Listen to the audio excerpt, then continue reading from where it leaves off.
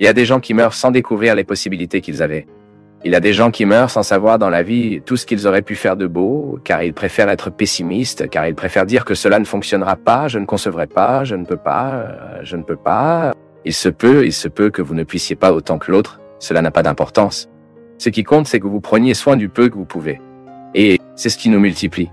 Le peu que je pouvais aujourd'hui, je l'ai bien apprécié, et cela me donne la possibilité d'en avoir beaucoup plus le jour demain. J'ai besoin de m'encourager à courage tout le temps. J'ai besoin de créer en moi-même la volonté de recevoir la vie et de gérer tout ce qui fait partie. Bien sûr, j'ai le droit de pleurer. J'ai le droit de m'asseoir, de demander de l'aide. J'ai le droit d'être avec des gens qui m'aident à vivre ce moment. Mais je n'ai pas le droit de livrer les poings seuls. Tant que nous vivons, cette vie peut être bonne, même en souffrant. N'est-ce pas bon de le penser? Si vous faites trop attention à vos défauts, vos difficultés, vous aurez beaucoup de mal à regarder ce que vous pouvez. Même aujourd'hui, je parlais à un ami disant que parfois j'ai peur de donner à mon âme un traitement qu'elle ne mérite pas. Je ne parle pas de mon option pour être prêtre. Certainement pas. Mais souvent, comme je vis en tant que prêtre, dois-je changer quelque chose à mon rythme de travail? Pour que je puisse me permettre de percevoir ma vie et de ne pas perdre la capacité de goûter tous les détails de mon existence. Et étant libre, vous pouvez vous dépasser, aller au-delà, ne pas abandonner. Pour cela, nous vivons pour que nous atteignions la fin avec cette certitude, avec ce bon sentiment de mission accomplie. Bien sûr, nous sommes tous fragiles, nous voulons parfois abandonner, à plusieurs reprises, nous voulons livrer les poings. La vie est cruelle, à de nombreux instants. Elle peut sembler très crue nous présente. Vous savez, Jésus était un homme qui travaillait, il a interrogé. Quand les gens étaient devant lui, il était inévitable. En regardant la façon dont il vivait, écoutant ce qu'il a dit, les propositions de vie qu'il avait, en regardant son caractère, à sa façon d'être des gens, il était inévitable pour les gens de se demander « Pourquoi je ne peux pas aussi ne pas vivre comme ça ?» Vous savez, mon peuple, nous ne pouvons pas tout contrôler. Mais Dieu nous a donné la grâce et le don de gérer les choses sérieusement. De temps en temps, nous nous arrêtons et pensons. Avez-vous remarqué que parfois vous entrez dans un environnement qui sent horrible et qui, à l'intérieur, ne réalise pas? Parce qu'il s'y est habitué. Et ainsi, beaucoup de gens ont abandonné. Et vous ne réalisez pas que vous avez abandonné. Il vit un processus autodestructif que vous pouvez ouvrir les fenêtres de votre maison afin qu'un nouvel air arrive. Écoutez, jetez cette blindée gâtée que vous avez, sirotant sans s'en rendre compte. Alors, qui sait, lorsque vous y trouverez, vous avez jeté dans ce lit 1 heure comme celui-ci, ou presque fermé pour aller dormir sur le canapé, nous pouvons vous convaincre de ne pas vouloir destruction, ne voulant pas saboter, ne voulant pas détruire. Mais qui vous savez croire à nouveau, que vous avez la possibilité d'un nouveau moment, pour croire qu'il y a encore de bonnes choses qui vous sont réservées, que vous pouvez arrêter de fumer aujourd'hui, que vous pouvez arrêter de boire aujourd'hui, que vous pouvez aimer vous-même à nouveau. Pouvez-vous arrêter d'utiliser ce médicament qui vous détruit? Que vous pouvez jeter tous les petits sentiments qui, par hasard, avez-vous nourris dans votre cœur? C'est un défi. Ce n'est pas facile de ne pas, tu vois? Personne n'a promis que c'était facile non plus, hein. C'est un défi de tout le temps. Tout le temps. Mon fils, combien de fois dans ma vie, je n'ai réussi à y arriver que parce que j'ai reçu de l'aide? Combien de fois j'ai réussi à me défier, mais pas seul? J'ai obtenu gagner le défi, mais parce qu'il y avait des gens à mes côtés. C'est ça, mon peuple. La vie est possible, oui. Même ceux qui se sentent seuls aujourd'hui. Vous, si par hasard aujourd'hui vous pensez que quelqu'un est manqué pour vous aider dans ce processus, ne vous plaignez pas. Non. Allez à la recherche. Gagnez CG.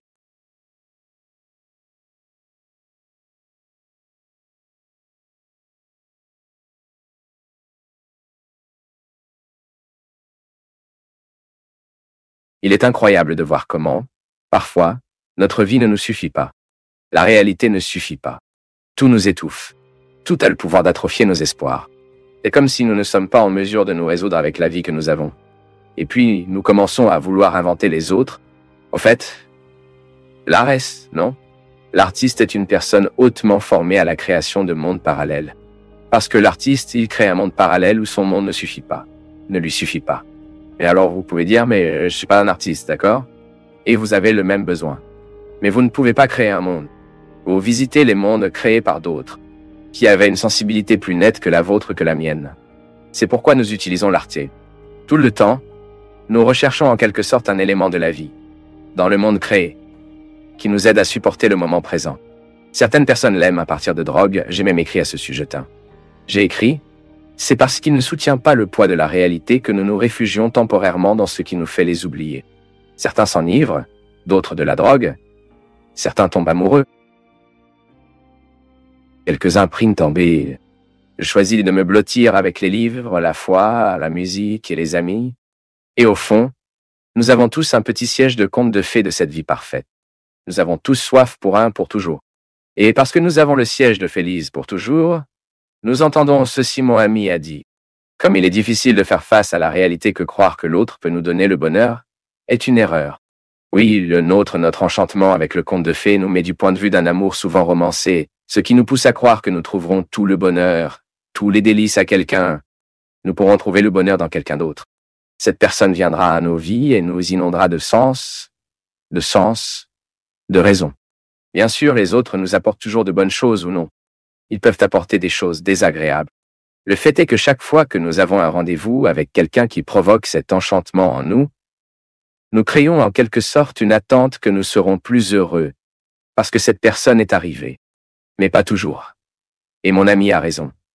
Pas toujours ceux qui arrivent ne savent même pas cette attente que nous jugeons à son sujet. Celui qui est arrivé seulement pour participer. Mais il n'est pas arrivé pour porter le fardeau de nous rendre heureux. Il n'est pas arrivé, et pas si peu, qu'il a signé un document pour nous que désormais notre bonheur dépendra de lui. Non, il ne devrait y avoir que la réunion. La gratification de la réunion. Et ce qui se passera après avoir été ensemble n'avons aucun contrôle. Cela peut être une amitié pour toute une vie, ce peut être une amitié temporaire, oui, car parfois nous l'avons. Tout ce que nous vivrons, les gens vont avec cette envie qui sera éternelle. Ce n'est pas éternel. Nous sommes insuffisants. Tout en nous se termine jusqu'à ce que nous nous efforçons et que nous fassions tout pour aller à la fin. Et il faudrait même que cette simplicité de détachement. Je trouve intéressant que, dans le christianisme, nous sommes invités à vivre un détachement évangélique qui passe également par la pauvreté matérielle, que vous n'êtes pas la propriété des choses. Mais c'est aussi une pauvreté dans le bon sens. Un arrêt des attentes.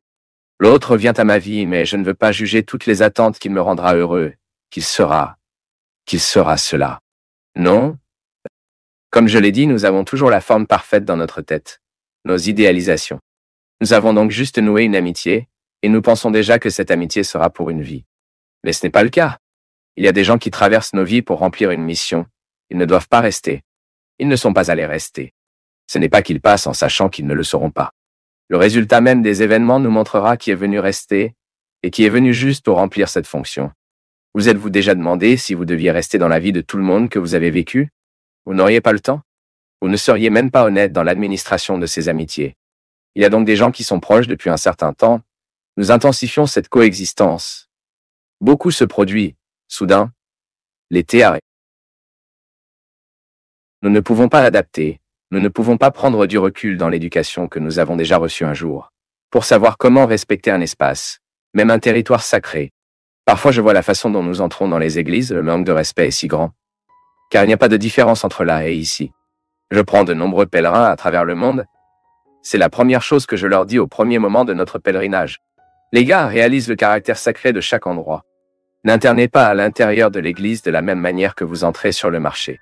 Je ne parle pas encore de religion.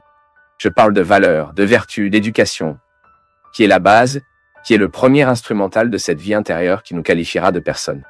C'est la première brique de la construction de cette vie intérieure, qui pourra alors être une personne supportable sociale. Je ne parle pas de simplement soutenir, voyez-vous, être harmonieux dans ma coexistence. Mon peuple, c'est la plus grande richesse que vous puissiez avoir dans la vie. Vous définissez cette fondation dès le départ qui vous donnera les conditions pour être une personne instruite, polie, d'être une personne qui a une sensibilité à percevoir ce qu'il doit et ce qu'il ne devrait pas. Où votre droit commence. Où commence votre devoir. Et que vous faites de l'exercice comme ça, nous ne sommes pas encore dans l'Évangile, nous sommes à Aristote, nous sommes à Platon, nous sommes au début de la philosophie, cette philosophie occidentale que nous connaissons, qui a même établi nos normes de bon, la politique, l'économie. Même si vous n'avez jamais lu une page Aristote, même si vous n'avez jamais lu une page Platon. Votre foi? Mais Jésus, qu'est-ce que Jésus a à voir avec cette histoire? Jésus est absolument original dans ce qu'il dit. Quand je dis dans la systématisation théologique, c'est lorsque nous allons étudier Thomas Aquinas. Lorsque nous allons étudier Augustin, parce que ces hommes étaient très intelligents. Et ils ont commencé à penser à la foi de la philosophie. Ils ont pris un pas en arrière. Ils voulaient apporter la rationalité afin que notre discours puisse être respecté par les autres avant nous. Est-ce que tu sais pourquoi? Nous ne vivrons que s'il y a une cohérence pour nous. Ce qui nous fait adhérer à Jésus, c'est quand nous réalisons que la parole qu'il nous propose, que la loi, que la règle qu'il nous suggère a du sens. Vous pouvez même avoir une participation. Vous pouvez être un nombre en statistique, mais vous n'êtes pas encore chrétien. Vous pouvez être catholique, mais vous n'êtes pas encore chrétien. Vous pouvez être évangélique, mais vous n'êtes pas encore chrétien. Il y a un salon où nous risquons de passer une vie, pensant que nous sommes déjà à un endroit principal. La parole de Dieu dans notre vie n'a de sens que lorsque nous percevons la cohérence, c'est-à-dire s'aligne sur le sens je comprends et je connais de moi-même. Car c'est en moi que le mystère est réalisé. C'est en moi que Dieu est possible. Ah, mais prêtre? Alors, pourquoi je sors et je vais à l'église? Pour que vous voyiez à vous. C'est fantastique. Être là, dans ce passage que Jésus rencontre le Samaritain, et fait un merveilleux itinéraire de voyage intérieur avec cette femme. Cette femme était privée d'être dans le temple. Elle a été privée de la géographie de la foi. Jésus libère cette femme dans la clé principale, où toutes les chaînes de leurs esclaves ont été arrêtées, placées. Ameneront un moment, et le moment est arrivé. Quand ce ne sera pas là, je peux donc symboliquement, religieusement, quitter ma maison et aller à l'église. Pourquoi? Parce que là, ces murs, cet autel, cette liturgie, me rend plus facile de me pénétrer. Et entrant en moi, je commence à vivre l'expérience d'une confrontation personnelle avec Dieu, qui me montrera chaque détail de mon indigence. Ne me rejetant jamais. Ne me rejette jamais. Mon indigence, cette indigence morale que je découvre, j'ai des indigences morales, vous savez. Je suis pas toujours juste. Pas toujours dans ma relation avec les gens que je peux rendre justice. Prévaloir. C'est une indigence. Qu'est-ce qui causait cette indigence? C'est un devoir à faire. À un moment donné de ma vie, quelqu'un m'a traumatisé. Quelqu'un m'a négligé une nécessité. Et cela peut être définitif en moi, la peur de ne pas avoir. Habituellement, lorsque nous étions très pauvres dans l'enfance, nous prenons le temps d'être généreux après que la vie nous ait donné quelque chose. N'est pas vrai? Il y a des gens qui ne le font pas. Il y a des gens qui semblent sortir, qui déjà la pauvreté, prêts pour la générosité, mais ce n'est pas toujours comme ça. Combien de fois ai-je essayé cela sur moi-même? L'indigence matérielle vit beaucoup, et soudain, je l'avais fait. Soudain, je ne suis plus privé. Mais la mienne, ma tendance était de s'accumuler. De s'accumuler. De s'accumuler. Savez-vous ce que c'était? Je ne parle pas d'argent, non. Je parle d'idiots. Pantalons, chaussures, chemises. Les gars, je viens de cette génération qui avait une chaussure 3 ans, qui l'a même utilisée pour percer en dessous. Nous mettons une bande isolante pour éviter que le trou apparaisse. Les doigts ne pouvaient plus se lever. Je viens de cette phase. J'ai beaucoup vécu, beaucoup, le besoin matériel.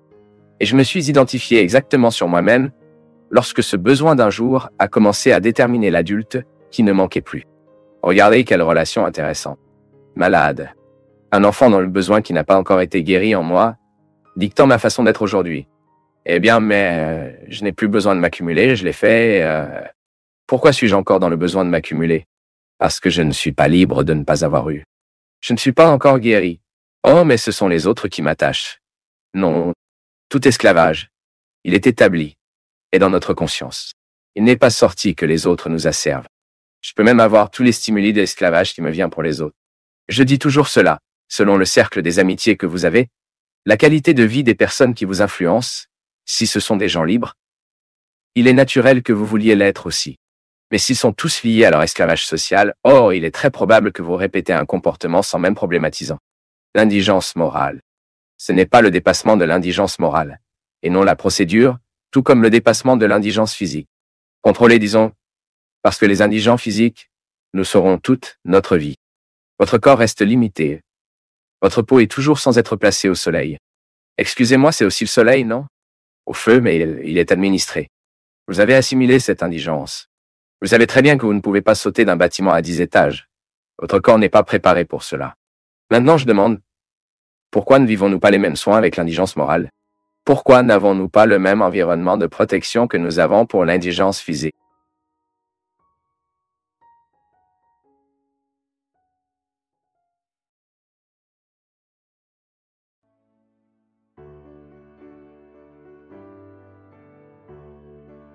Je ne sais pas.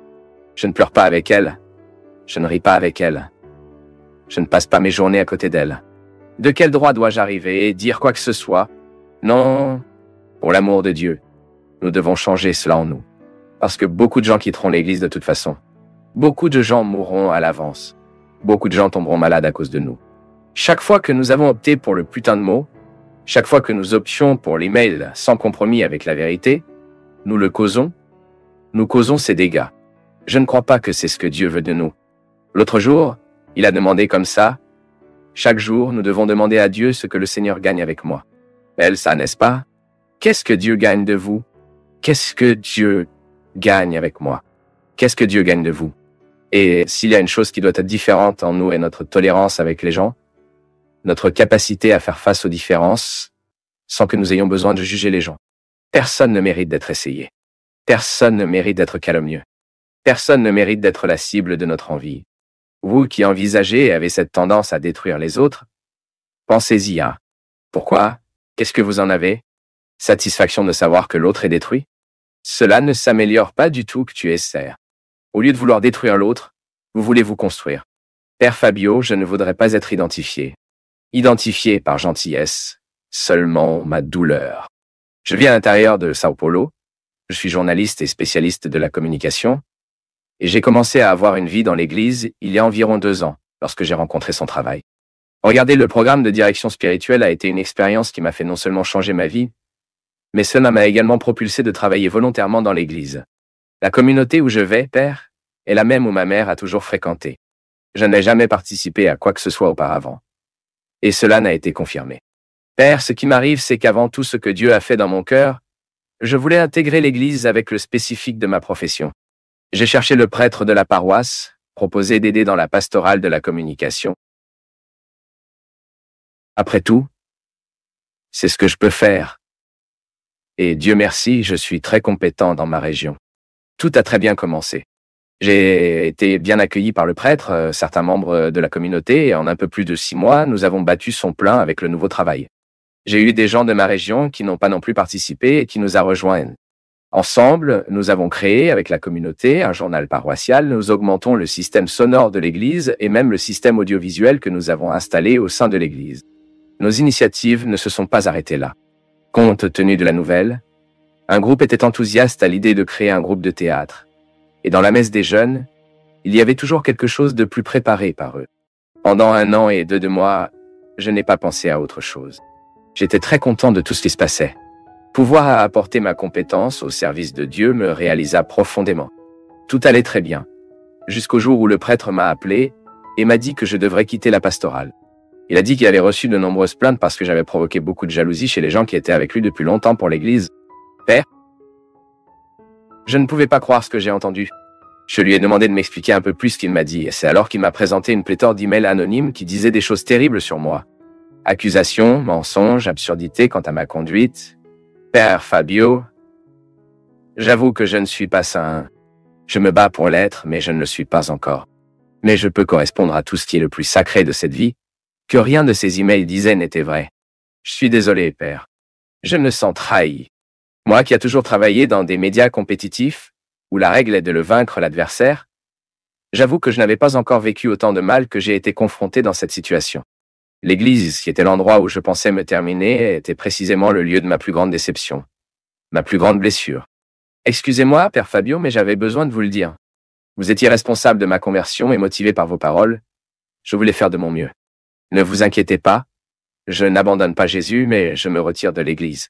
Peut-être qu'un jour je découvre un endroit où je peux aider, un endroit où les gens sont vraiment motivés par l'Esprit de Jésus. Je continue ici. J'invite, écoutons ce que le Seigneur a pour me dire. Ta différence m'attire.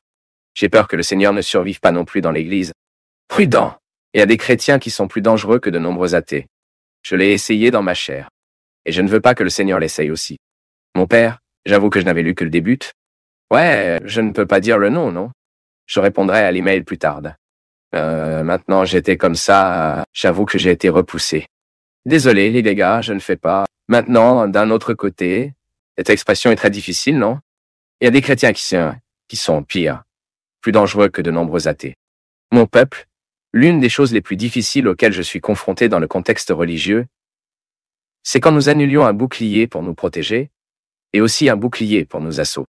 Cette fille était une victime de potin. Il n'y a pas d'autre nom, non? Cette fille a été victime de l'envie. Cette fille a été victime de personnes qui ont articulé contre elle parce qu'elle ne pouvait pas supporter que quelqu'un d'autre puisse faire du bon travail à l'intérieur. Que quelqu'un pourrait soudainement faire un travail, ce n'est pas nouveau, non? Nous savons que cela se produit tout le temps. Et il est regrettable que cela se produise et que soudain nous nous y habituons. Nous ne pouvons pas continuer à nous habituer à... J'avoue que, en tant que prêtre, j'ai parfois vu, surtout à l'époque de mon élève, que c'était un moment où j'avais l'occasion d'être trop dans les médias pastoraux. Pas tant aujourd'hui, car ma mission était très différente. Mais comment pouvons-nous tomber sur ce petit esprit?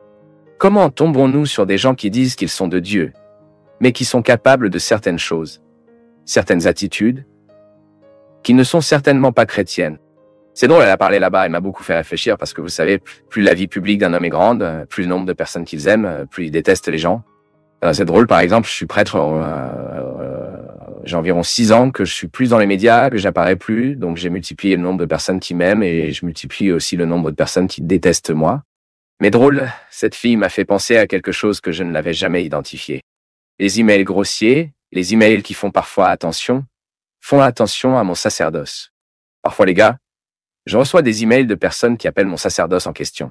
Imagine ça, je suis ordonné par l'Église, par la même Église qu'il en professe, dans la même Église dans laquelle il professe sa religion.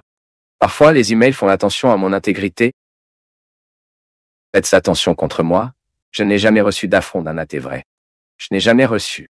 Tous les discours grossiers qui m'est venus par des emails anonymes ou des emails signés sont des gens qui se mettent sur le mur et qui se sentent mieux que nous. Au nom de Dieu, c'est pourquoi ils se tuent. Et c'est pourquoi le problème religieux dans le monde aujourd'hui, le problème des guerres, est un problème religieux. C'est pourquoi aujourd'hui le grand problème du monde passe par la compréhension que nous avons de Dieu. Vous voyez ici la TV.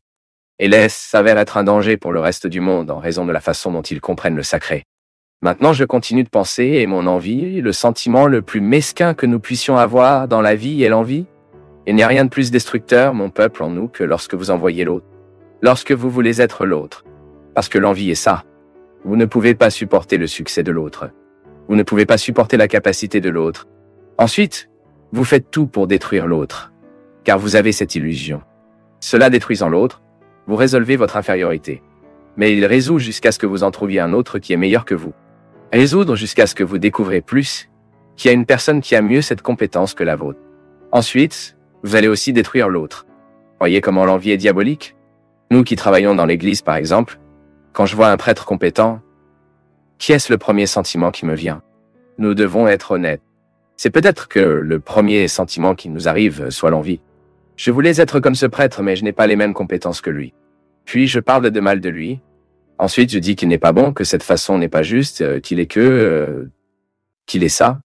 Quoi qu'il en soit, je commence à énumérer un certain nombre de choses dont j'ai besoin pour justifier la mienne, mon envie.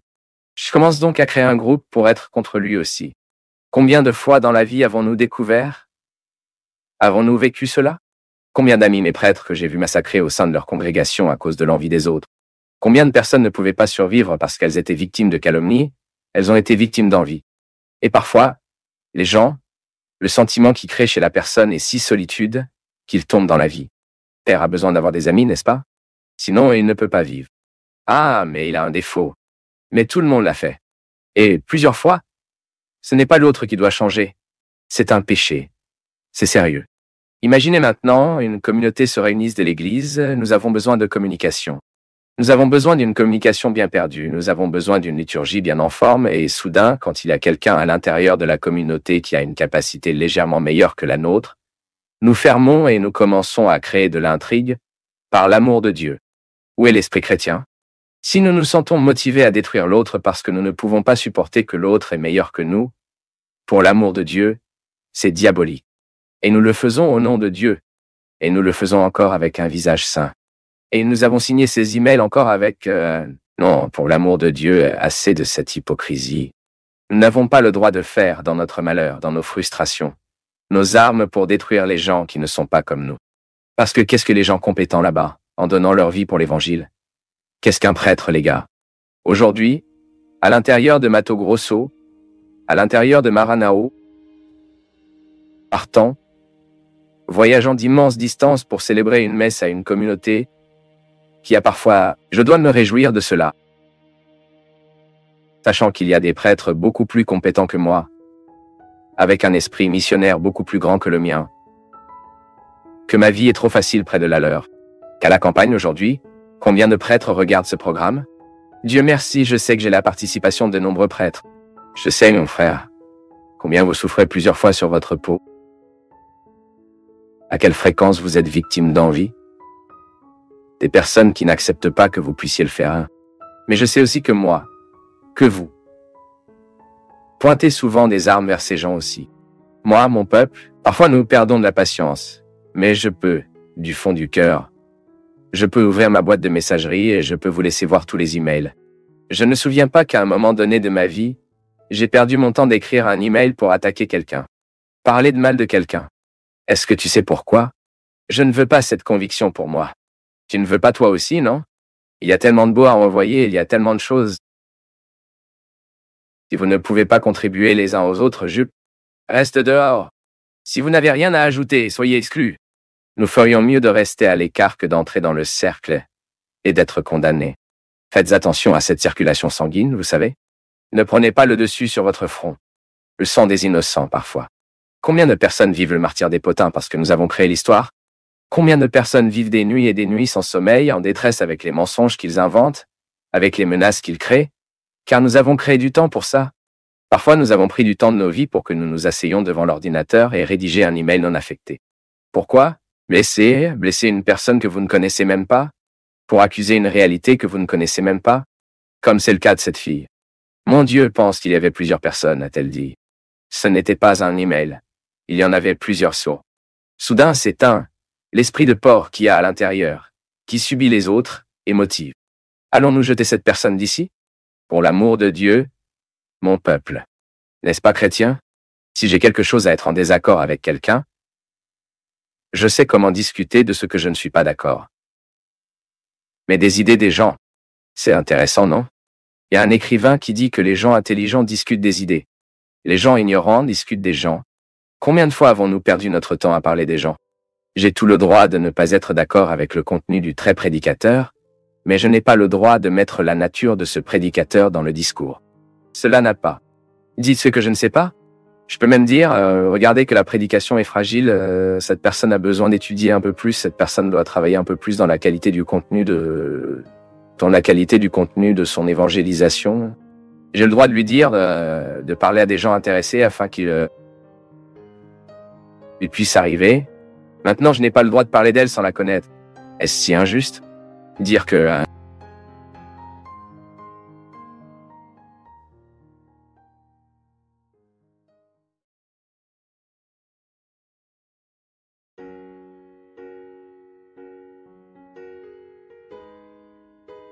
Hein? Ah, je pense que la vie humaine, il a tellement de richesses que la vieillesse nous donnera, non?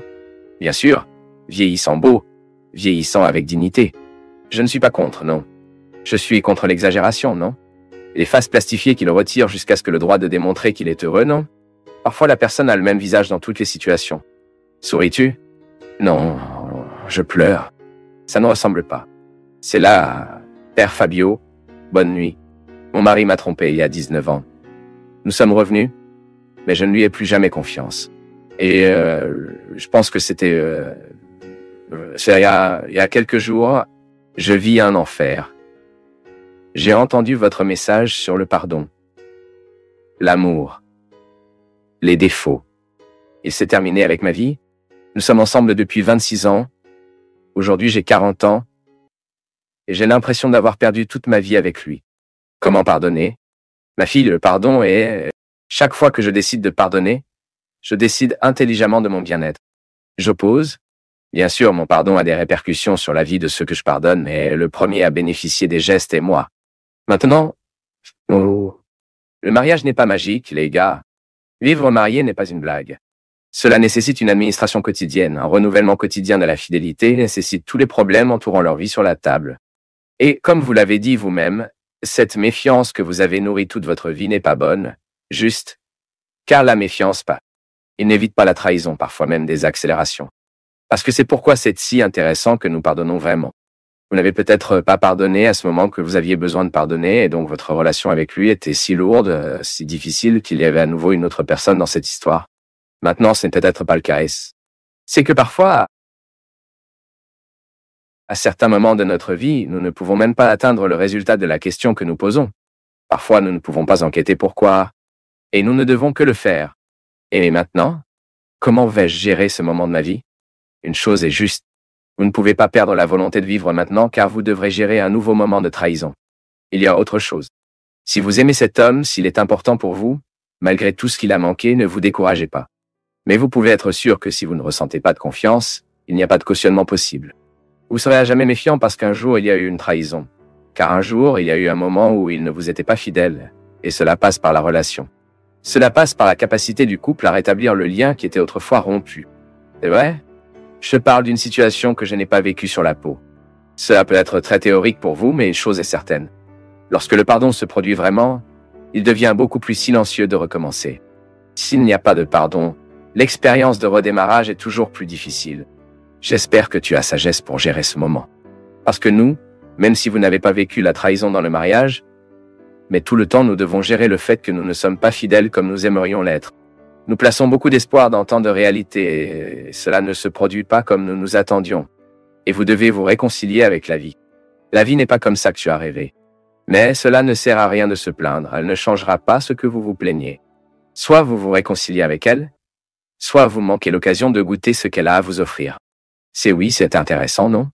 Parfois, nous accordons une attention particulière à ce que nous a pas dit, que la vie nous a dit, et parce que nous sommes fictifs et non que nous recevons, nous manquons l'occasion de percevoir les portes qui ont été ouvertes de cela. Et parfois, ils sont bien meilleurs que ceux à quoi nous nous attendions. C'est une question de sagesse. J'ai souvent l'air accro à ma vie. Je suis toujours situé dans les mêmes attentes, les mêmes positions. Et soudain, un mouvement de vie me retire de là, et je trouve que désagréable, inconfortable. Mais si je vis le mouvement, réalise soudain que quelque chose sort de mon contrôle, et j'espère que les choses de sérénité seront redressées, voire se redressant comme je peux. Soudain, je suis surpris par quelque chose qui était bien meilleur que ce à quoi je m'attendais. Dans Pas la vie, nous trouvons également des possibilités, et parfois beaucoup plus significatifs que ceux que nous avions déjà construits pour ce moment. C'est pourquoi il est bon pour nous d'avoir de bons amis de notre côté, car ce sont eux qui nous aident à découvrir ces chemins dans les bois. Oui, car en fonction de la situation, c'est comme si nous étions au milieu d'une jungle. La compréhension est si difficile. Une mort, une trahison, comme c'est le cas de cette fille. La perte d'un emploi en cette période de crise que le pays traverse. Tant de gardes de sécurité qui étaient auparavant garantis. Soudain, ils ne le sont plus. Et puis, vous découvrez même l'inconfort que l'amour et l'insécurité tout le temps. Le simple fait d'aimer nous met déjà dans un contexte d'insécurité. Garçon, mais l'amour nous donne la sécurité?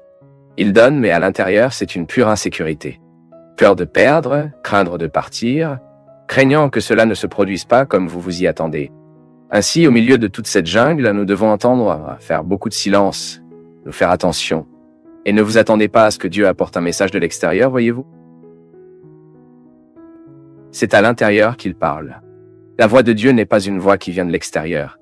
Elle vient de l'intérieur. Et écoutez simplement ceux qui se taisent. C'est dans l'expérience d'être calme. L'immobilité sera toujours une opportunité que Dieu devra nous parler. Ne vous attendez pas à ce que cette voix de Dieu vienne de dehors. Cela vous amènera. Et parfois, au milieu de cette jungle de tant de difficultés, c'est en train de silencieux que vous pourrez entendre la voix que vous appelez. De quelle direction dois-je aller? Et Dieu vous dira à travers des gens qui vous aiment, qui sont proches, qui vous aiment vraiment, pour le bien de Dieu. N'écoutez pas ceux qui n'ont pas un véritable engagement envers votre vie, car les gens qui donnent la mauvaise estimation de notre vie sont pleins. Ne confondez pas uniquement la voix de Dieu avec la voix des gens connus. Ce message sera donné à l'intérieur, par le biais de personnes qui vous ont parlé dans une langue que vous comprendrez. C'est ainsi qu'il est intéressant d'entendre la voix de Dieu, le reconnaître dans le plus intime de vous, dans celui qui confirme en dehors de ce que vous savez déjà que vous devez surmonter cette question ou cette question. Je le répète, vous entendez votre voix lorsque l'autre vient et dit exactement ce que vous dites déjà longtemps. Il y a une confirmation de la voix que Dieu reste avec la voix qu'il confirme à l'arrivée. Merci pour l'entreprise. J'espère que vous pourrez faire une belle expérience d'ouverture des voies dans cette forêt qu'est l'existence. Écoutez la voix de Dieu qui vous parle et à travers ceux qui vous aiment. La personne ne voulait pas s'identifier, il demande seulement des conseils.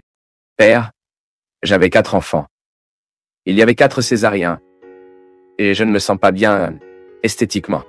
J'avais un grand ventre, une cicatrice, et à l'extérieur. Et dehors seul sein que je n'aime pas être trop petit. Je veux vraiment faire du plastique, mettre du silicone, mais j'ai peur de ce qui peut arriver. Dieu approuverait cela, Père? Je suis sûr que je me sentirais mieux avec moi-même et dans la relation avec mon mari. Nous avons 37 ans, et je finis par vieillir que lui. Tout cela gêne un peu notre relation. J'ai besoin d'être d'accord avec moi pour être bien avec lui et mes filles. Certains ne cherchent même pas les conseils et vont déjà faire une chirurgie plastique, n'hésitez pas à cela. Maintenant, vous avez un résidu là-bas, qui peut provenir des parents, l'orientation religieuse que vous aviez, ce qui vous donne envie de demander à un prêtre à ce sujet. L'Église ne s'opposait pas du tout à la science. Et l'Église, je ne sais même pas si elle a déjà prononcé, a déjà officiellement commenté ces questions. Ce que l'Église nous fait, c'est toujours nous guider afin que nous ne tombons pas dans les installations que la vie offrira. Ce qui nous supprime souvent l'opportunité, par exemple, de la discipline. Je trouve particulièrement absurde, par exemple, que certaines personnes font une liposuction presque tous les 2 ans, car elles ne peuvent pas vivre une discipline quand après le résultat du lipo. Combien de fois puis-je trouver la personne qui dit cela? Ah, quand j'ai besoin de recommencer. Il n'est pas nécessaire que ce soit, non? Par exemple, je crois que dans votre cas, c'est une situation très juste. La femme vraiment, après avoir eu autant d'enfants, elle finit par subir des chirurgies, et même nécessaires, pour que vous ayez la reconstruction interne des muscles lâches. Je pense que c'est le droit des femmes de rechercher les ressources que la science offre pour récupérer cette estime de soi. Je ne vois pas que ce soit un problème. Le problème est lorsque nous le mettons trop, et même en priorité face à tant de choses dans la vie que parfois, ce ne serait pas si important, si nécessaire. Si vous pensez que cela fera bien votre mariage, si votre estime de soi sera plus belle, parlez à votre mari. Si vous êtes en mesure de faire de la chirurgie, consultez un bon médecin, non? Recherchez un bon professionnel qui vous donnera des conditions, en particulier à cause de ce problème de grossesse. Je sais pourquoi je connais des femmes qui avaient besoin de cette chirurgie de réparation. Je n'ai pas oublié le nom de cette chirurgie. Je ne me souviens plus. Il est nécessaire pour de nombreuses femmes et ce n'est pas un problème que vous vous guidez. Soudain vous allez parler au médecin. Cette chirurgie doit être interprétée banale. Le péché est là. C'est à ce moment que vous commencez à banaliser la procédure, lorsque vous commencez à le mettre comme une routine de vie maintenant. Je vais donc faire 30 plastiques, parce que tout en moi qui doit modifier, je ne sais pas comment vivre avec. Je pense que le péché est chaque fois que nous commençons à tomber dans ces relativismes qui mettent la valeur de la personne humaine à court de tout cela. Toutes ces apparences. Pas assez. Savons-nous que, par exemple, combien d'enfants sont traumatisés parce qu'ils ont l'oreille? Mon Dieu du ciel, nous vous guidons. Si la science est à notre service, nous en utiliserons, mais une utilisation consciente. Toujours, je trouve très juste que vous fassiez cette réflexion. Puissiez-vous, par exemple, que la chirurgie fera bien votre estime de soi, ce qui améliorera votre relation avec votre mari, votre relation avec vos enfants, ce qui vous rendra plus heureux. Je crois à mon peuple, que Dieu est toujours du côté du bon sens. Dieu nous parle à travers notre conscience. Exagérez-vous? Suis-je exagéré la recherche de ma belle apparence? Suis-je exagéré pour rechercher des ressources pour devenir plus jeune et plus jeune? Nous devons utiliser les ressources bien sûr, les ressources sont là pour rendre les gens plus disposés, plus jeunes, depuis plus de temps, mais soyez très prudents avec les choix que nous faisons. L'activité physique, par exemple, donnera à votre corps plus de disposition. Cela gardera vos muscles plus forts pour que vous vieillissez. C'est beaucoup de gens se relativalisent, non? Ah, comme c'est idiot. La musculation est la vanité, le gymnase est la vanité. Non, pas exactement ça. Il se peut qu'il y ait des gens qui ne chercheront de l'exercice que comme vanité. Mais il y a beaucoup de gens qui sont déjà conscients du besoin d'activité physique, telles que l'amélioration du corps qui se répercute dans l'âme et l'esprit de nous. La chirurgie plastique est la même chose. S'il y a la ressource pour aider, combien de personnes, de gars, de personnes, de ces enfants qui ont une lèvre de léporine, à droite, ont besoin d'une intervention chirurgicale. La chirurgie plastique est pour cela. Faites-le. Elle récupère l'estime de soi chez beaucoup de gens. Parfois, la personne a vraiment besoin de faire cette intervention chirurgicale pour redécouvrir l'équilibre personnel. Nous n'allons pas s'opposer à nous-mêmes, maintenant c'est une question de faire votre analyse, de vous être en paix avec votre conscience, avec toutes les ressources que vous cherchez à trouver, à redécouvrir cette estime de soi. Car aujourd'hui, la science est avancée. Maintenant, c'est une bonne question ce que l'Église dit à propos de tout cela. J'essaierai d'en savoir un peu plus. Maintenant, je peux vous assurer que tout ce qui passe par le bon sens, ce n'est pas exagéré et qu'il soit vraiment recherché. La ressource sera recherchée par un plus grand bien, un bien-être de l'être humain, non? Je crois que nous faisons ce qui est bien. Rechercher du bon sens, ce qui sera vraiment... Je sais seulement que nous devons être très prudents pour ne pas abuser des ressources et nous oublions la clé.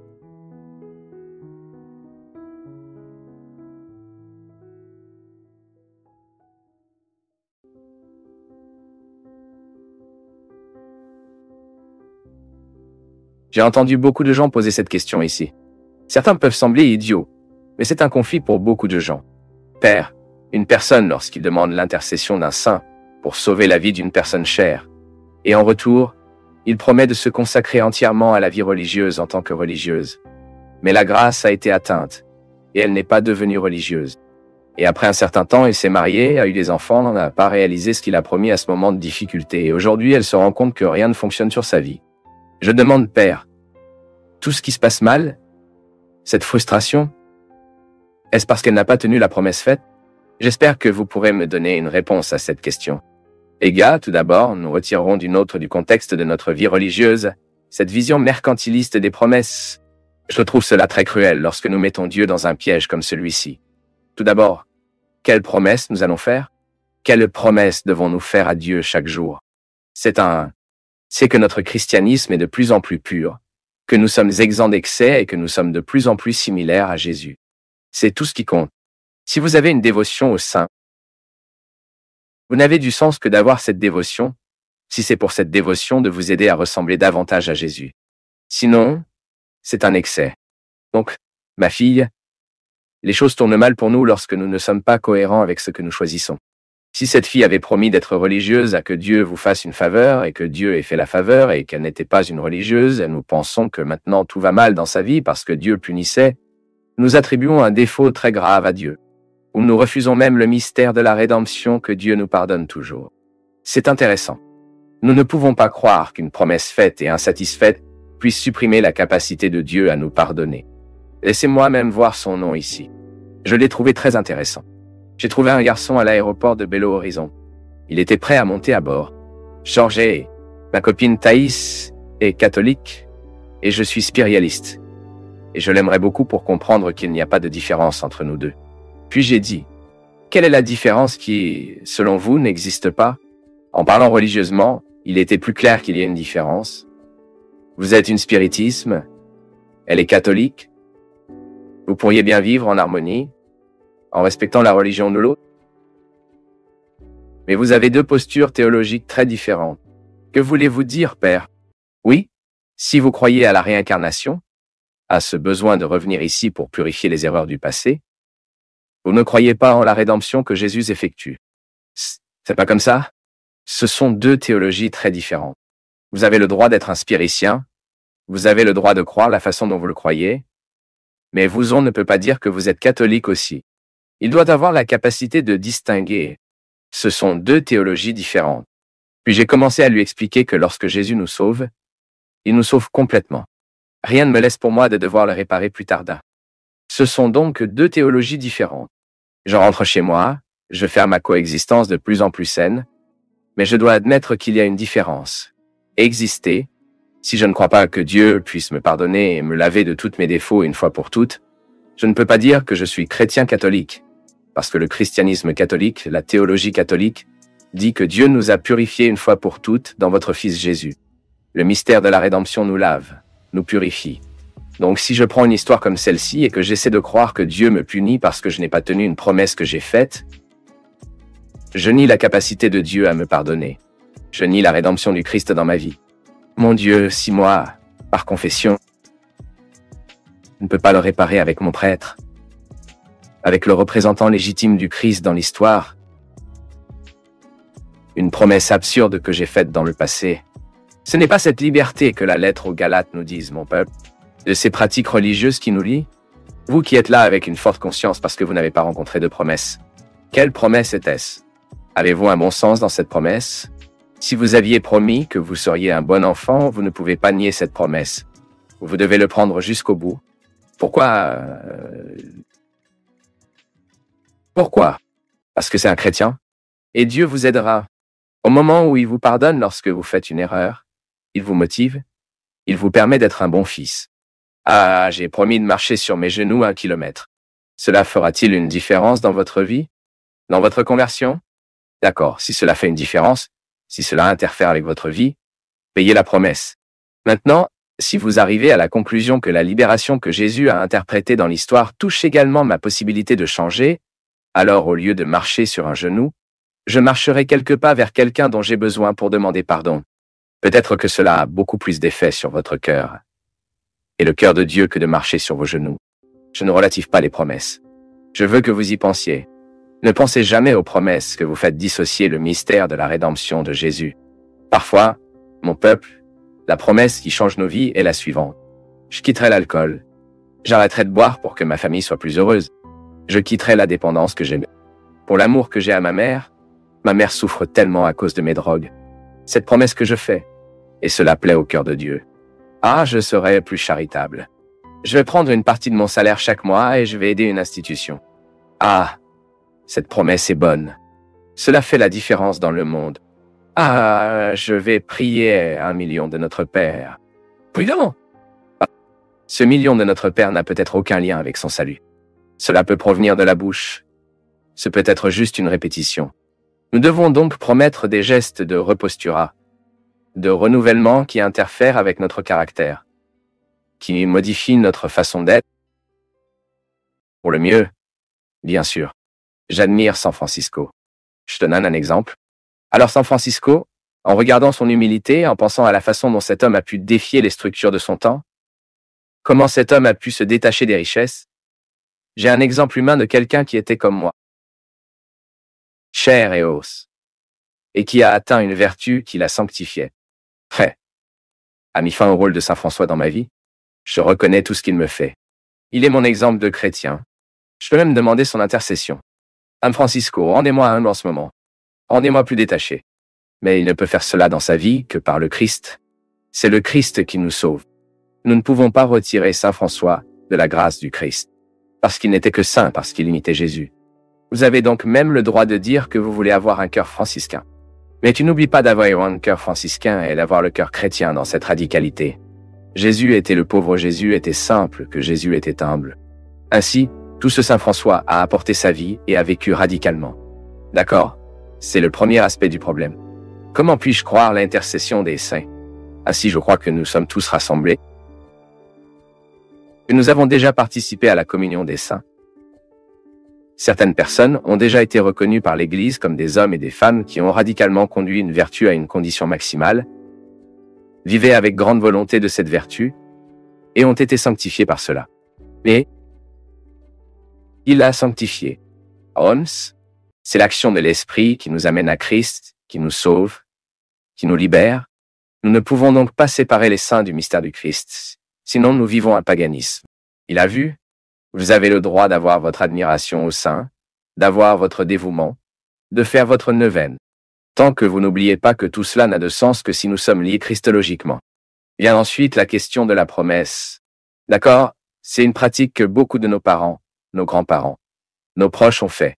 Vous avez peut-être fait cela, mais je le répète, méfiez-vous de la promesse que vous faites. Parce que pour la vocation, pour assumer la vie religieuse, l'Église nous dit que nous aurons vocation. Nous serons appelés à cela. Au car, c'est une voix qui m'appelle. Je vais donc m'imposer un fardeau parce que Dieu m'a rendu service? Pensez-vous que c'est quelque chose qui plaît à Dieu? Êtes-vous qui êtes une mère? Aimeriez-vous voir votre enfant vivre une vie juste pour vous plaire, sans avoir de lien avec la vraie vocation qu'il a? Je ne sais pas. Je ne saurais particulièrement jamais, si j'avais un fils, que ce fils vivait une vocation contraire à celle qu'il a reçue juste pour me plaire. Les gars, c'est une image très mesquine de Dieu. Pensez que Dieu peut être heureux de nous voir, sans tenir compte de toutes les compétences qu'il nous a données pour vivre un sacrifice élevé pour lui plaire. D'accord, le sacrifice qui plaît à Dieu. Parce que moi, en tant que prêtre, par exemple, je dois faire mes sacrifices tous les jours. C'est le sacrifice qui plaît à Dieu. Quand je vis la cohérence de ce qu'il m'a donné, et je cherche de plus en plus à purifier mes choix. Maintenant, vous avez imaginé un garçon qui est né pour le mariage, qui veut être un père, qui veut construire une famille, se sacrifier dans cette vocation que Dieu lui a donnée. Que Dieu te garde. Que vous n'abandonnez pas de faire cette promesse aujourd'hui. Je veux être de plus en plus gardé par le Seigneur. Versez sur nous nos cœurs, à propos de nos vies, la bénédiction et la protection du ciel, du Dieu Tout-Puissant, Père, Fils et Saint-Esprit. Amen.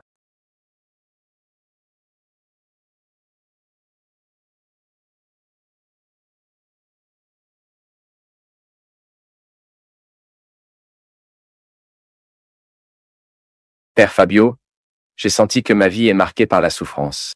Tout ce que je fais, comment puis-je me débarrasser de tout cela, Père? Ma fille, la première chose que nous devons identifier, qu'il existe des espèces et des formes de souffrance. Prenons un exemple. Lorsque vous souffrez de douleur, vous avez un calcul rénal, qui est l'une des pires douleurs que vous ayez.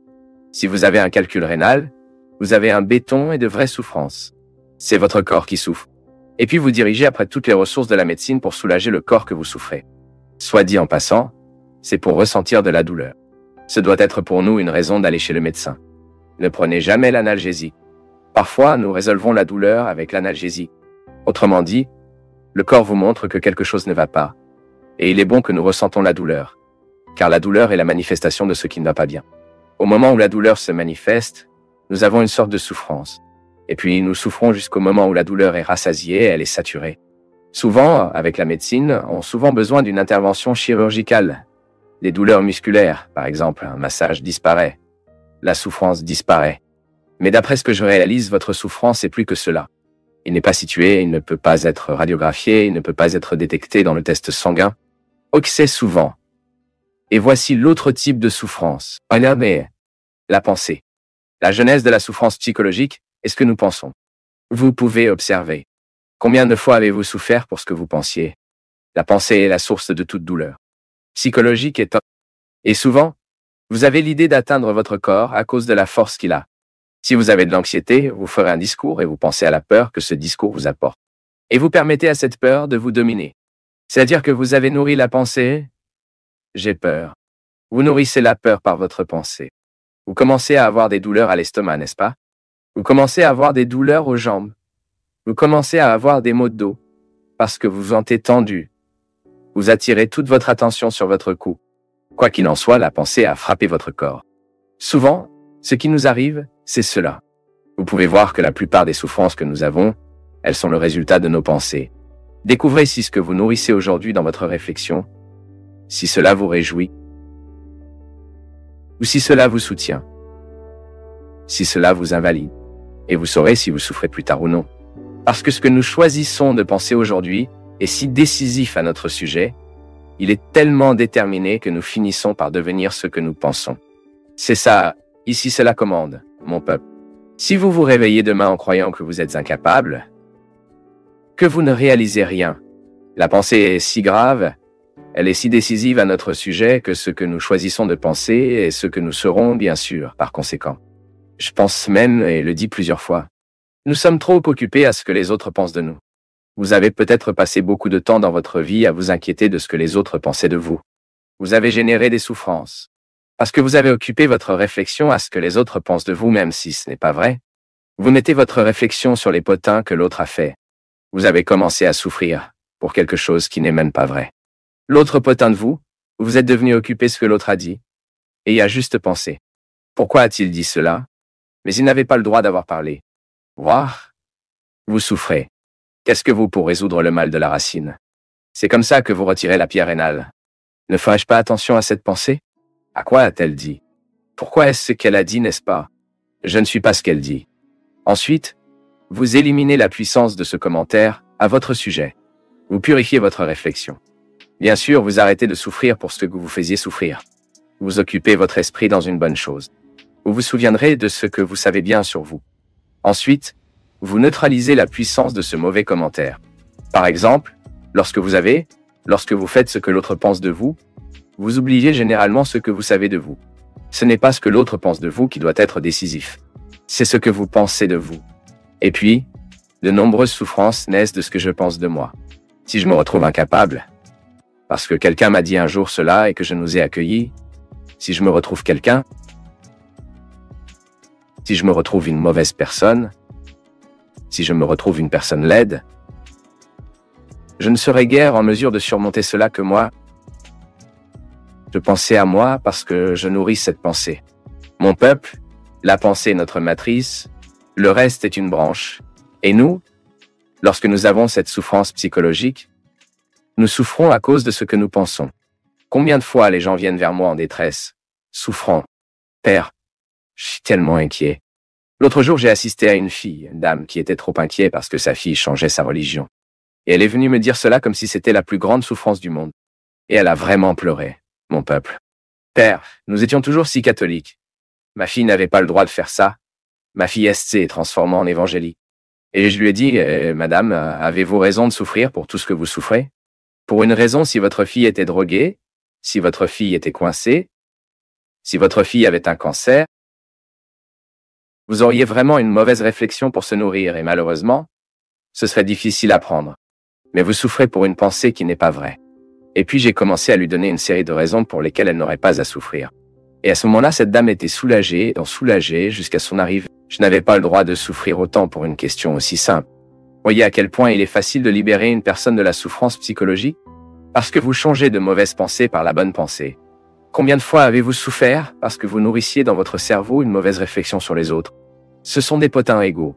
Cette semaine, j'ai même eu beaucoup de plaisir à regarder Eto et Lucia. Dans le programme Souriant à la vie de cette semaine, qu'ils parlaient des potins en service. Je ne sais pas quelle était la lettre anonyme qui est venue ici. Et Leto était comme ça, disant avec une telle simplicité. Eo est très saint. Il parle directement ce que nous avons besoin d'entendre. J'aime vraiment l'entendre. Et il disait que s'il y a quelque chose qui me fait chier en une personne, c'est cette affaire. Ils ont parlé, commenté. Ce sujet est déjà indéterminé, non? Je me trompe. Dans la langue, est-ce pas portugais? Ils ont parlé, ont-ils dit un sujet indéterminé? Vous ne pouvez même pas y prêter attention. Il y a des gens qui ont le don de faire de mauvaises pensées et d'aller aux autres. Pour l'amour de Dieu, vous allez emballer ce que vous faites. Si vous n'avez pas grand-chose à dire sur moi, c'est silencieux, c'est mieux. Vous avez tout le droit de ne pas m'aimer. Vous avez tout le droit de ne pas aimer l'autre. Mais vous n'avez pas le droit d'inventer ces histoires. Vous n'avez pas le droit de transformer l'autre ce que vous avez imaginé de lui.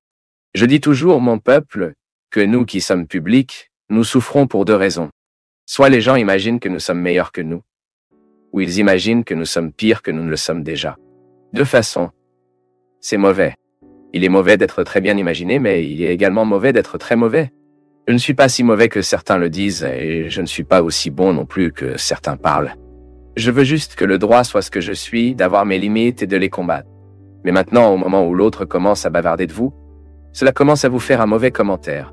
Vous devez choisir si vous voudrez nourrir cette pensée dans votre cœur ou non. Et la souffrance psychologique, ma fille, peut-être à cet égard, souffrant là-bas. Commence à faire attention aux pensées où vous couchez avant de vous coucher. À quoi penses-tu? Il y a des gens qui vont se coucher et continuent de penser. Oh mon Dieu! Cet épisode, aurais-je droit à de l'argent à payer? As-tu travaillé maintenant? Ne fera pas. Alors dormez? Vous travaillez juste demain? L'argent viendra si vous dormez au bon moment, si vous avez la santé au travail. Maintenant, si vous apportez votre esprit la mauvaise réflexion, alors vous ne serez guère en bonne santé pour plus tard. Il a le jaloux. Le jaloux est celui qui souffre de la pensée qu'il a. Mais dit-il la vérité? Était-il où il a dit que c'était? Quiconque choisit d'être jaloux, choisit de vivre un enfer. Car il fait la possibilité d'avoir des pensées de méfiance tout le temps dans sa tête. Pour l'amour de Dieu, vous n'entrez pas dans votre lit. Votre lit doit être un endroit sacré. Votre tête doit être un endroit sacré. Si vous avez réalisé que cette pensée ne vous fait pas bien, envoyez-vous. Ne prenez pas de pensée avec vous qui vous détruira. Demandez à Dieu de se débarrasser de tout cela. Comment la prière a-t-elle le pouvoir de réaliser notre réflexion? Lorsque vous commencez à remplacer les mauvaises pensées par de bonnes pensées. Les gars, c'est la même chose que l'éducation des enfants. C'est pourquoi je dis toujours, regardez dès le plus jeune âge, éduquez votre enfant au sport. Éduquez votre enfant aux arts. Envoyez votre enfant pour apprendre un instrument de musique. Même s'il n'a pas grand-chose, développe cette sensibilité musicale en lui. Lui faites découvrir un sport qu'il aime. Pourquoi? Un esprit sain, un corps sain. Le son. Vous commencerez à occuper la tête de votre enfant avec de bonnes pensées. Le sport apporte beaucoup de bonnes pensées. La musique, la littérature, le théâtre, la poésie, nous apportent une série de bonnes pensées. Et puis, les mauvaises pensées n'auront pas d'espace en nous. Vous faites cette expérience de la souffrance moins comme vous le pensez avec plus d'intelligence. Pouvez-vous changer la mauvaise pensée d'aujourd'hui? Modifiez bientôt, donc vous ne dormez pas.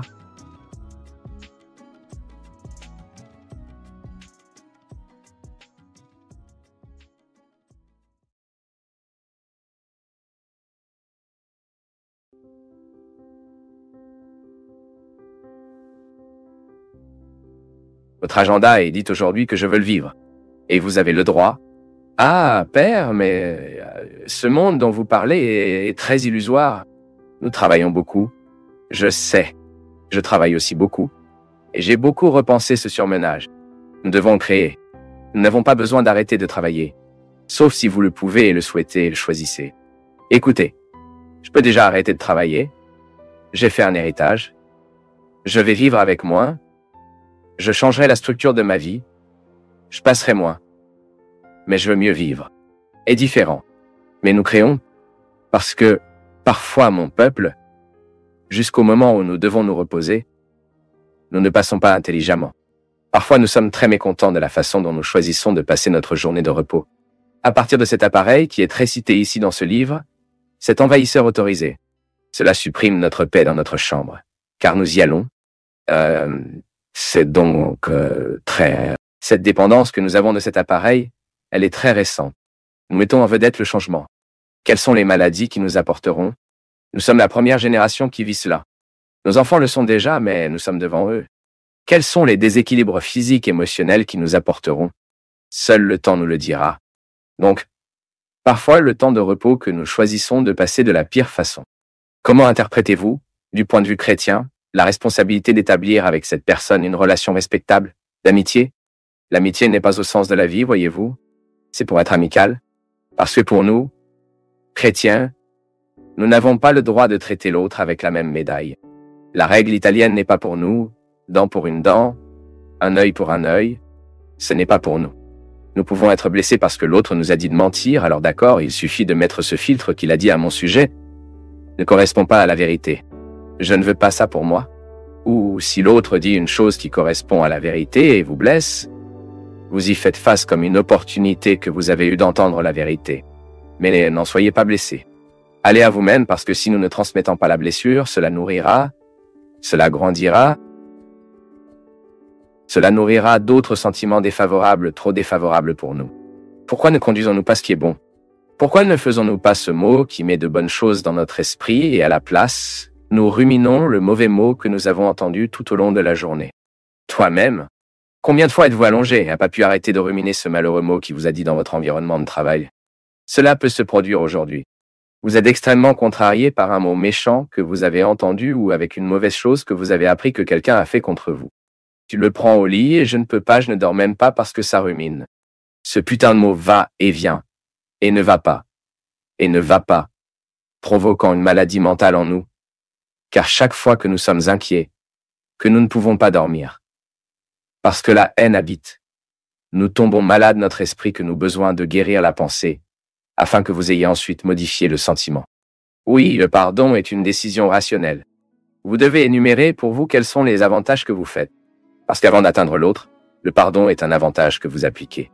C'est un droit que vous exercez de nettoyer votre esprit, dans votre cœur, de mettre cette personne au bon endroit. Si vous n'aimez que celui qui vous aime, quelle valeur cela a-t-il? Quelle valeur aimons-nous uniquement les gens qui nous aiment? Quelle valeur avons-nous pour traiter uniquement les personnes qui nous traitent bien? Famille, les gars, de temps en temps, je continue de penser que le christianisme perd sa luminosité chaque fois qu'un chrétien abandonne le bien. Maintenant, si vous voulez vivre le défi d'être chrétien ces jours-ci, vous devrez apprendre à nettoyer ce nettoyage du cœur.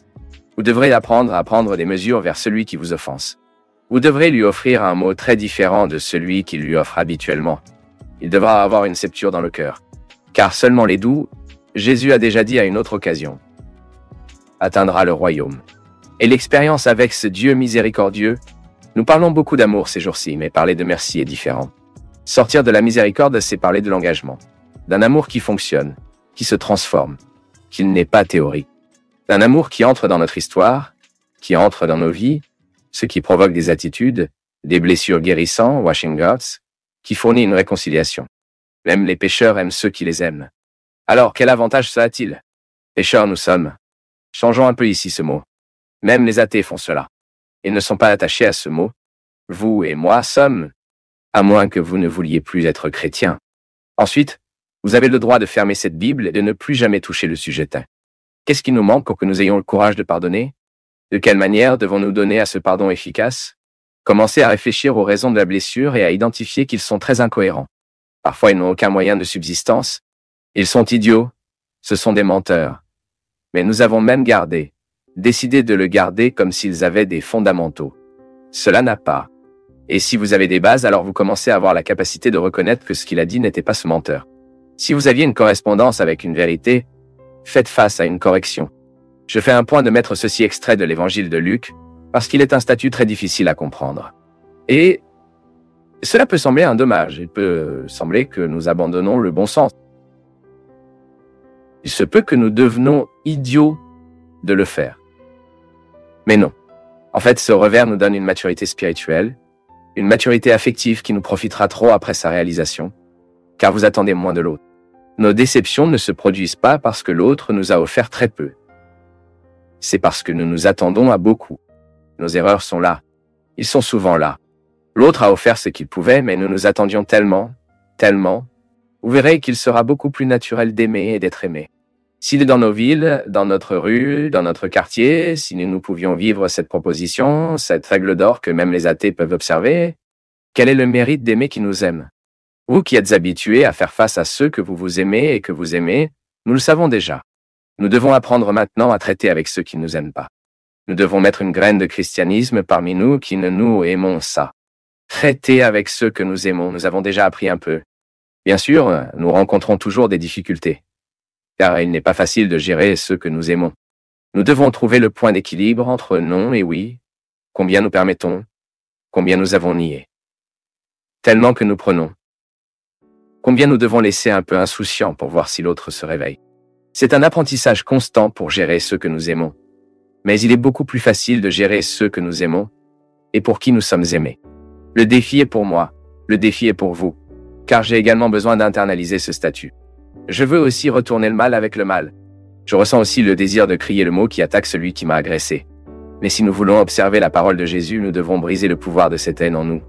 Que le Dieu Tout-Puissant nous donne de plus en plus la grâce de connaître sa miséricorde et de la porter à ceux qui en ont besoin, celui qui est Père, Fils et Saint-Esprit. Parce qu'il est incroyable de savoir comment, comme nous parlons, que vous avez plus d'intimité avec les gens, et l'un d'eux est précisément le malheur de l'administration du temps. Le temps géré avec le temps nous afflige trop. Parce que nous avons tous une perception que nous ne vivons pas comme nous le devrions. Et c'est précisément ce que l'homme vit. Et bien sûr, il le niera tout le temps.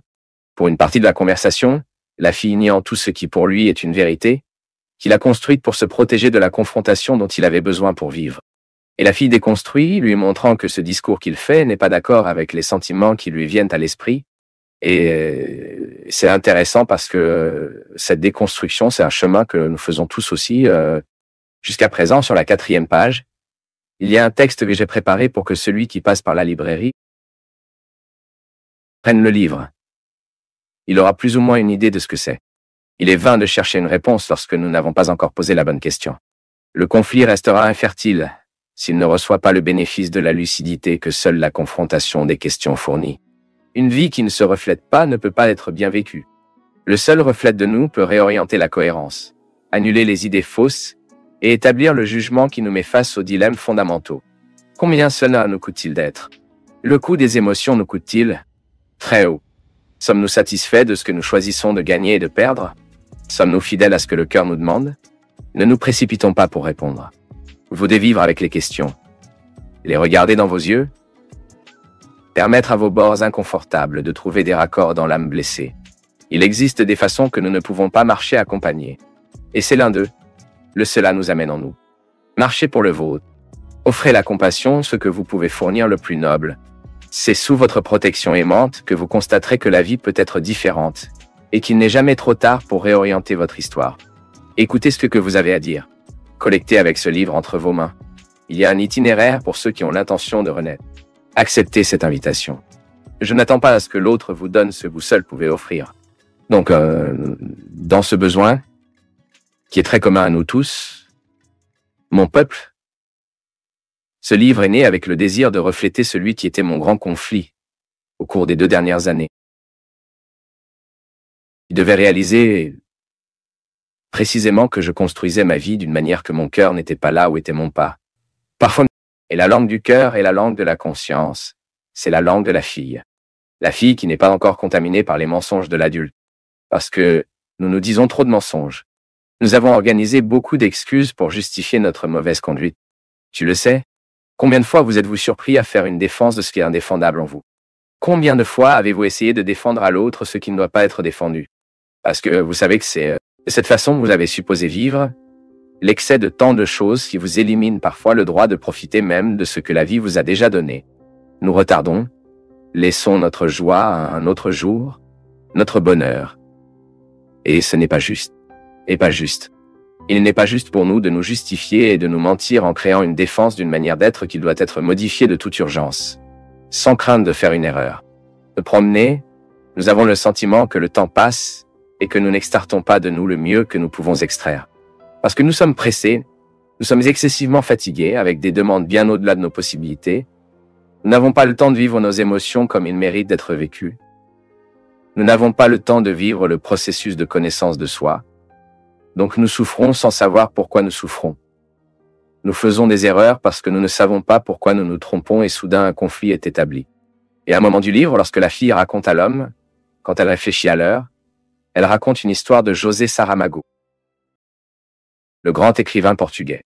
Dans l'une des dernières interviews de Saramago, il donnait une conférence de presse. Un journaliste lui demande « Saramago, vous qui êtes un homme si victorieux, qui a déjà remporté autant de prix dans sa vie en tant qu'écrivain, ce que vous aimeriez gagner à cette étape de la vie ?» Et Saramago, vivant un temps de silence, comme s'il jugeait cette question en lui, désireux de lui répondre et non aux journalistes. Oui, parce que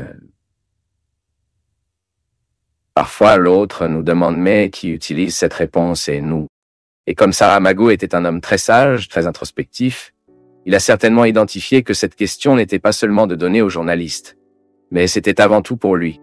Et puis il a répondu qu'à ce stade de la vie, s'il pouvait choisir de gagner quelque chose, il choisirait de gagner du temps.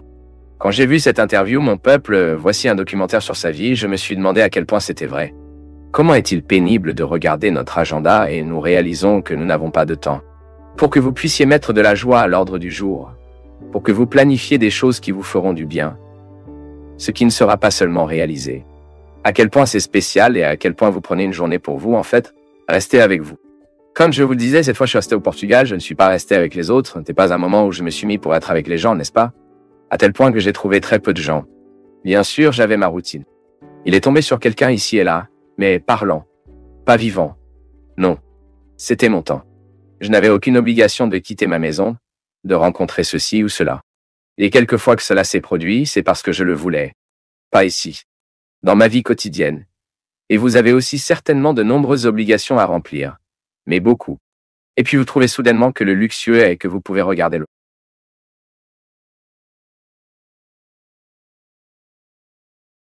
Si tu es arrivé jusqu'ici, c'est que tu as fait preuve de concentration, de présence et d'intérêt. Cela te distingue déjà de beaucoup. Et si tu laissais un commentaire pour dire ce qui t'a le plus marqué, profites-en aussi pour regarder les liens dans la description. Il y a plus de contenu créé avec le même soin pour toi. Merci, une grande accolade et à bientôt.